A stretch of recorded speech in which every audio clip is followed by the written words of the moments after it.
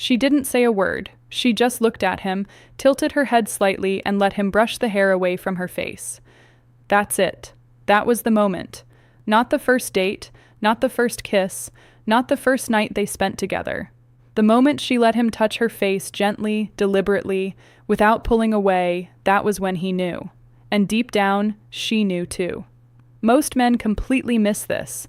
Not because they're not paying attention, but because they've been taught to look for the wrong signals entirely. They're scanning for obvious green lights. Does she text back fast? Does she laugh at everything I say? Did she agree to see me again?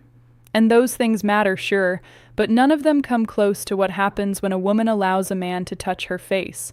I want to talk about that today. What it actually means, why it matters more than almost anything else she could show you, and more importantly, what it says about you if she lets it happen. Because, here's the thing, most people won't tell you. Her letting you near the most guarded part of her physical self isn't just attraction, it's trust. And trust in the world of genuine connection is rarer and more valuable than desire could ever be.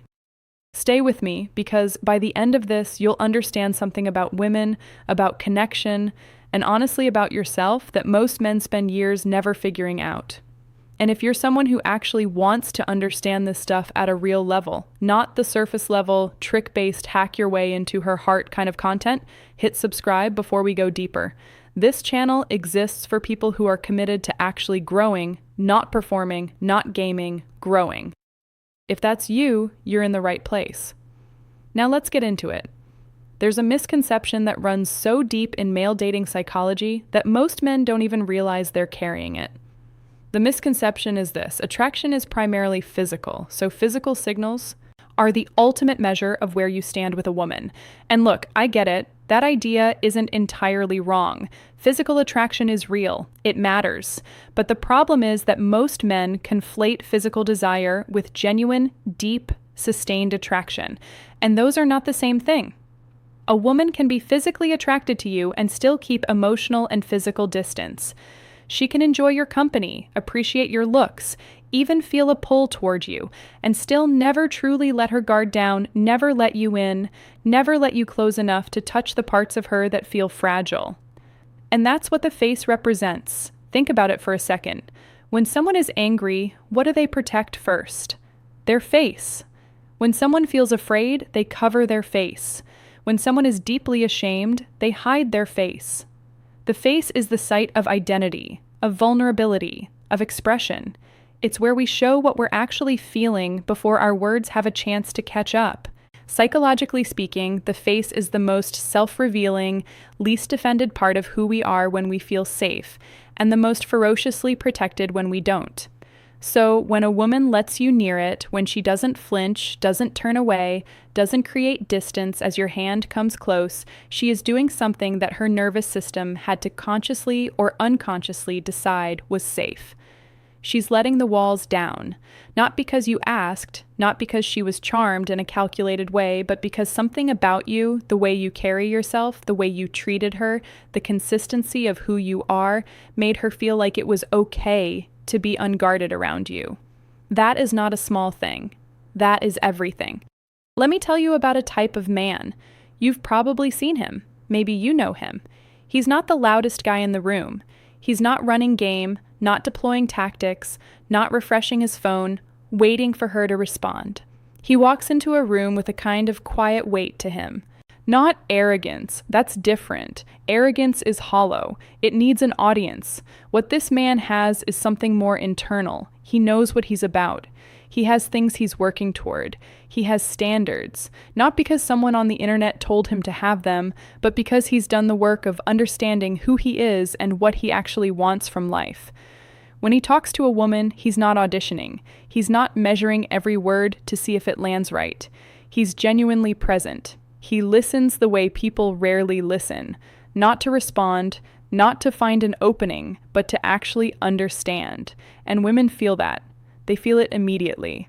Because most men they encounter are somewhere else, even while they're physically in the room. This man is actually there. He doesn't rush physical closeness. Not because he's playing a long game or being strategic about it, but because he's not desperate for validation through touch. He understands that physical closeness that isn't earned is just theater.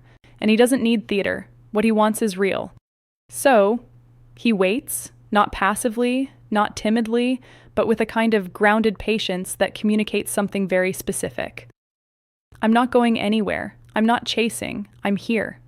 And she feels that too. And the interesting thing about this man, women don't just let him in. They actively want to, because safety and strength existing in the same person is rare. And when a woman finds it, she doesn't guard herself in the same way anymore. She doesn't have to. That's who you want to become. Not to get women to become someone whose presence actually means something. Now, let's talk about the hard truth.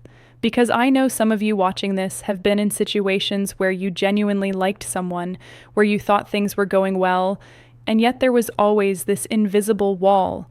She was warm, maybe even affectionate in certain ways, but when it came to that deeper closeness, the kind where she would lean into you, where she'd close her eyes and let your hand rest against her face, it just wasn't there. And you felt it. You couldn't name it exactly, but you felt it. That distance wasn't about her not finding you attractive. It wasn't about you not being interesting or successful or whatever metric you were using to measure yourself. That wall was about safety, specifically emotional safety. And somewhere, without realizing it, you were communicating something that made her system stay on alert. Maybe it was subtle neediness, the kind that doesn't show up as desperation, but as just a little too much urgency, checking in too often, seeking reassurance through her reactions, being visibly affected when she didn't respond the way you hoped. Women are extraordinarily tuned in to that frequency, not because they're looking for it, but because they've had to be. The nervous system of a woman who has experienced unreliable, inconsistent, or emotionally volatile men learns to read very small signals. And neediness, even quiet neediness, registers as instability. And instability registers as threat. Or maybe it wasn't neediness. Maybe it was performance, the constant low-grade effort to seem impressive, to say the right thing, to manage her perception of you. And the cruel irony of that is that women can sense performance even when they can't specifically articulate it. They don't feel a connection with the version of you that's performing. How could they? They're not talking to you. They're talking to the persona you've constructed to be liked. Either way, the distance you felt was a message, not a verdict, a message. And the message was, she doesn't feel safe enough to be vulnerable with you. Not yet. Maybe not ever. If nothing changes. That's not a comfortable truth, but it's a useful one. Because here's what changes when you understand it. You stop trying to fix the symptom. You stop asking, what do I say to make her more comfortable? Or, what move do I make to break through her walls? You start asking a different question. You start asking, what kind of person do I actually need to become for this kind of deep trust to happen naturally? And that question, that single shift in orientation, changes everything. Let's go deeper into the psychology, because this is where it gets genuinely fascinating. There's a concept in attachment theory called felt security. It's not just about feeling safe in a general sense. It's about feeling safe specifically with this person. Your nervous system running a constant low-level background check. Is this person consistent? Do their actions match their words? Do I know who they are tomorrow? Or does that change based on their mood or what they want? Felt security is built not through grand gestures, but through the accumulation of small, consistent, reliable moments. The way someone shows up when it's inconvenient. The way they respond when they're frustrated. The way they hold space when you're struggling without making it about them. When a woman feels that kind of security with you, when her nervous system has run enough of those background checks and they've all come back clean, something shifts in her. The vigilance drops, the protective posturing softens, and the body follows the nervous system's verdict. She gets closer, she stays closer, she stops bracing, she lets you touch her face. That's not metaphor. That's biology and psychology working together. And here's where most men completely fumble this. They understand it as a strategy. They think, okay, so I just need to seem consistent and she'll open up. And they do it for 2 weeks. And then something doesn't go their way and the real character comes through. The defensiveness, the withdrawal, the passive aggression, and everything that was slowly building collapses instantly because felt security isn't constructed through strategy. You can't fake it sustainably. The only way to create it is to actually be someone whose emotional responses are regulated, whose values are stable, whose presence can be counted on. And that's inner work. That's not a technique. That's personal development. Let me give you an analogy. Imagine you're building a fire. You're collecting wood, arranging it carefully, working at it deliberately, and then the moment the fire starts to catch, you dump a bucket of cold water on it because you got impatient or anxious or because something small spooked you. That's what emotional inconsistency does in a relationship. Every time you react from an unregulated place, from insecurity, from ego, from anxiety, you're dumping water on the fire you've been building. And she doesn't always tell you. She just goes a little more quiet, a little more guarded, a little further away. The man who understands this doesn't panic when there's friction. He doesn't catastrophize when she has a bad day or seems distant.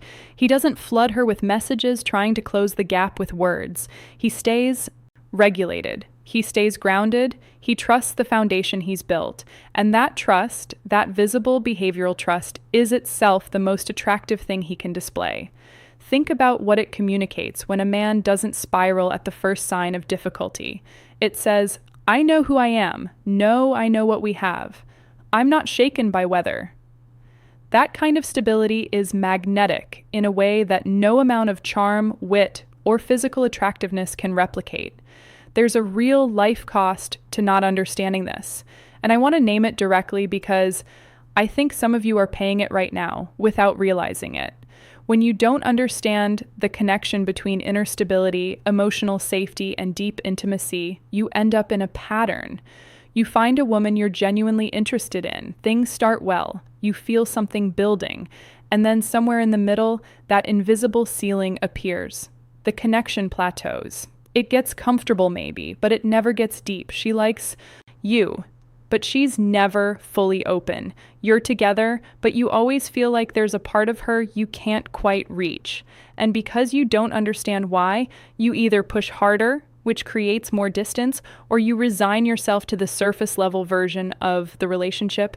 You tell yourself this is just how it is, that real depth is rare, that maybe she's just not that kind of person. And you stay or you leave and the next one starts the same way. That's not bad luck. That's an unexamined pattern. And unexamined patterns are just choices you haven't made consciously yet. The real life cost is years. It's years of connections that never quite got where you both wanted them to go. It's waking up next to someone and feeling a specific quiet loneliness that's somehow worse than being alone. It's the slow erosion of your confidence. Not because you're failing, but because you can feel yourself trying so hard at something that's not working and not knowing why. That cost compounds. And the longer you carry the wrong understanding of what actually creates deep connection with a woman, the more of that cost you accumulate. So let me give you the perspective shift. The thing that if you actually let it land changes the conversation you're having with yourself about relationships. You don't need to learn how to get women to trust you. You need to become someone who is actually trustworthy at a nervous system level. Not in the legal or moral sense, in the relational, emotional, energetic sense. Someone whose reactions are steady. Someone who doesn't need constant validation to feel secure. Someone who brings a clear, defined self into every interaction rather than shape-shifting to match what he thinks she wants. That kind of person, and only that kind of person, creates the conditions where a woman can genuinely let her guard down. Where she can tilt her head, close her eyes, and let your hand rest against her face without a single part of her bracing. Where the moment isn't calculated or performed or manipulated into existence. It just arrives naturally because the emotional ground has been prepared. And that shift from trying to get trust to becoming trustworthy is not a small reframe. It changes what you work on. It changes where you focus your energy. Instead of studying her reactions and trying to optimize your behavior for her approval, you turn inward. You work on your own emotional regulation. You build a life you're genuinely engaged with. You develop opinions, values, and standards that aren't contingent on what any particular woman thinks of them. You get comfortable being alone with yourself because a man who can't be alone with himself is always going to leak that discomfort into his relationships. And the beautiful paradox is this: the more genuinely whole you become as a person, the less you need any specific person to complete you, the more naturally and deeply people are drawn to you. Because wholeness is rare, and when someone encounters it, they want to be near it, they want to stay. Now, let me talk about something practical, because I know some of you want something concrete to carry out of this. The next time you're with a woman you're genuinely interested in, I want you to do something that sounds simple, but is actually one of the hardest things in modern dating. Be completely present without agenda, not trying to impress, not monitoring how you're coming across, not planning your next move, just present, listening, responding from a real place rather than a calculated one. Notice what happens to the energy in the room when you stop performing. Notice how conversations change when you're not managing her perception of you. Notice whether she leans in physically, conversationally, or whether she seems to sense that something has shifted and responds to it. The second thing, regulate your reactions in moments of friction or uncertainty. If she doesn't respond to a message for a few hours, don't send another one. Don't adjust your energy to compensate for the gap. Don't let anxiety make decisions on your behalf. Stay level. Stay in your own lane. That single behavior, staying regulated when the instinct is to reach, communicates more about your security than almost anything you could say. The third thing, build a life outside of any given relationship that you are genuinely excited about, not as a strategy to seem less available, as a real investment in yourself. Have things you're working toward. Have people in your life who matter. Have pursuits that make you feel alive. Because a man who has something real going on isn't dependent on any one relationship for his sense of meaning and direction. And that independence, what that fullness that is palpable to anyone who spends time with him. These aren't techniques, they're orientations. And the difference between a technique and an orientation is that a technique is applied when you want a specific outcome. An orientation is just who you are, and who you are, not what you do, is what she's responding to when she decides how close to let you in. One more thing I want to address because I think it's important. Some of you might be watching this and thinking about a specific woman, someone you're already with or someone you want to be with, and you're using this video to try to decode where you stand with her. And that's fine. That's a natural thing to do. But I want to gently redirect you for a second. The question of whether she lets you touch her face, whether she's already yours, is actually a secondary question. The primary question is, are you already yours? Do you have a solid, grounded relationship with yourself? Do you know who you are outside of how she sees you?